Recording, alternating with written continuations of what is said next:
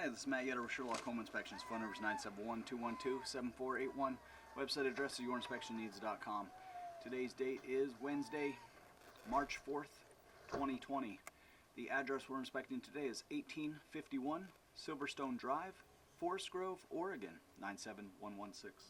We are about to perform a video inspection of the property's main sewer line through the front yard exterior clean out. The equipment being used today is the ViewTech self-leveling HD colored video inspection camera. This is one of the best cameras in the market today.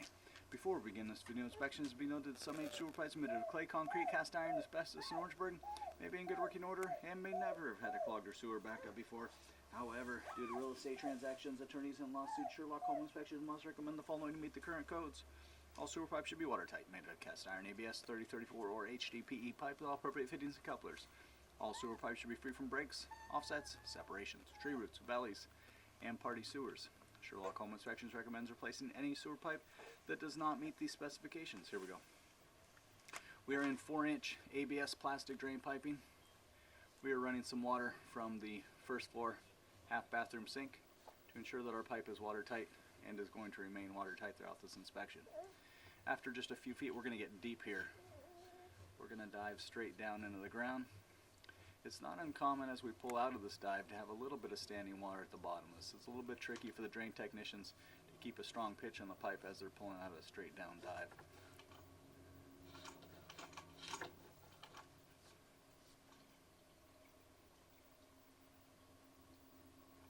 Here we are pulling out here. There's a little bit of a lip, a little bit of an offset as we transition.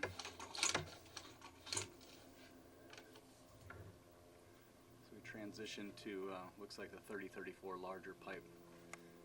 Really kind of just hits the camera head smack dab in the middle.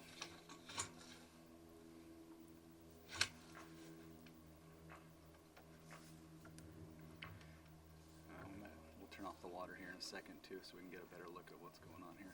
So a little bit of a rough connection. There's a bit of an offset. So what we're hoping for is they connected the pipe real smoothly, real cleanly in this area as we transition from the private builder's material into the city branch piping, but it looks like they did not. They got a little bit of an offset in the pipe, and so as the camera head's coming down, it hits smack dab into the side of the bottom lip of the pipe, and it's struggling to lift the camera up over the top of it. There, we made it there.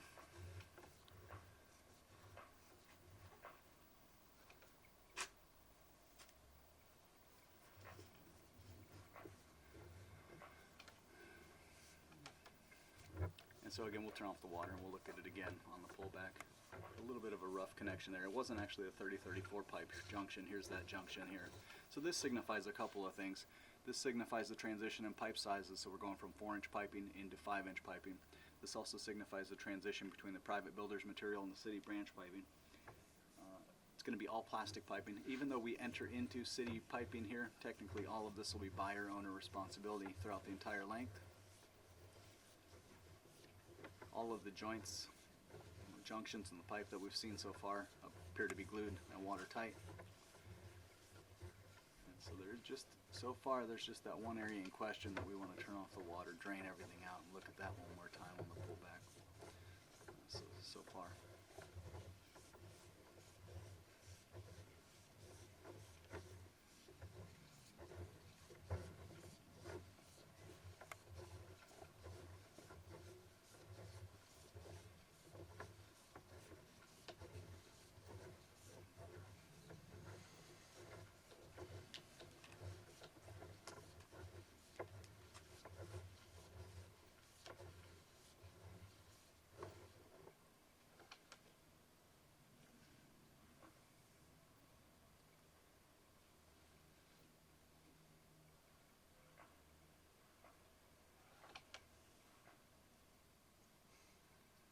Something's stuck to the side of the pipe or protruding from the pipe.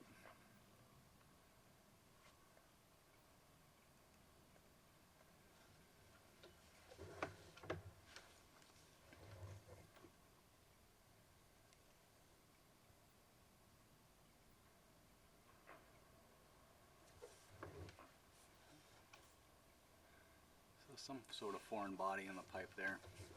So it is looking like we're going to need some repairs. Looks like the pipe's going to need some tension.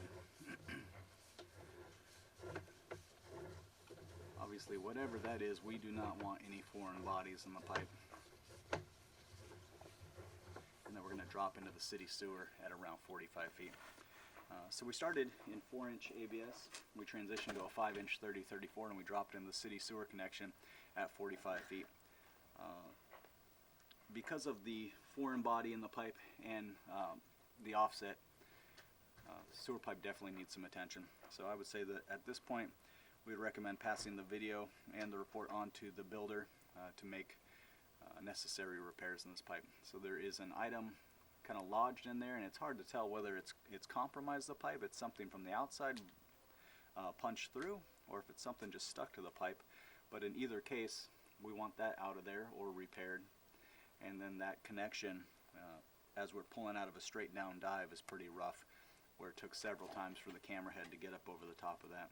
So again, at this point, I would say that the pipe needs further evaluation and repair.